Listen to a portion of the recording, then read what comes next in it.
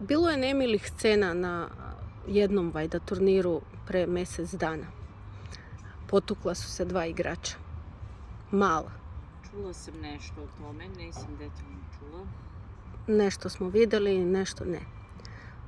Šta ti misliš o tome?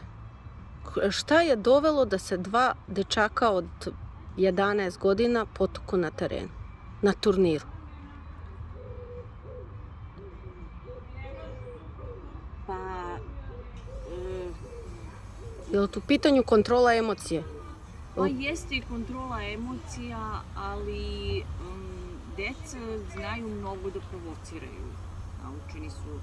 Naučeni su i ne mora da znači da su od roditelja, možda su to pokupili sa ulice, tako naučeni su da provokacija nervira onog ili tako koji je sagovornik, tako da može da je isprovociran jedan od tih igrača, tako. Može da je, mislim, ja zaista ne znam šta se tačno desilo, ne znam. I nebitno je, mislim. Navodim neke situacije, znači provokacija, da ovaj što je izgubio je prosto previše ljut i besan na sebe ili možda opet na protivnika ako mu je nešto radio ili rekao u toku meča ili po završetku meča, što opet nije dobro ni za jednog ni za drugog, znači nije fair ni jedan ni drugi. U tenisu je jako bitno sportsko ponašanje, odnosno fair play.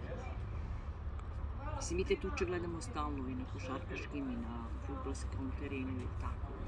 Redovna je pojava, ali opet ja mislim da je tenis ponavljam bili sport da bi trebalo da to bude nešto što je lepo. Zašto deca igraju tenis? Pa kasnije igrači. Zbog zašto? Treba da uživaju u tome što rade.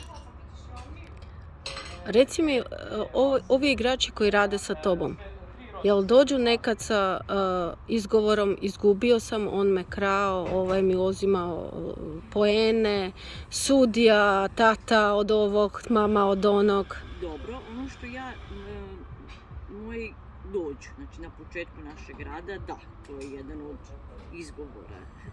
Izgubio sam, ali su me pokrali. Da, jer su me pokrali, to je izgovor. Međutim, igrači nisu svesni da je to izgovor, uopšte nisu svesni kada započinju saradnju sa mnom, da je to u stvari stvar koja nije da je to stvar van njihove kontrole i kako da nauče da se od te stvari potpuno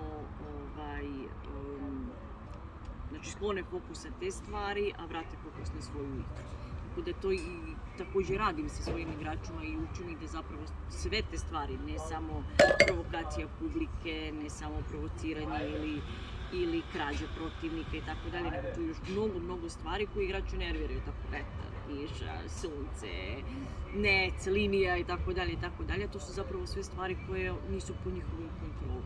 Kada oni to nauče i kako da se nose sa time, šta da urade u tim situacijama, mogu da vrate fokus na svoju igru.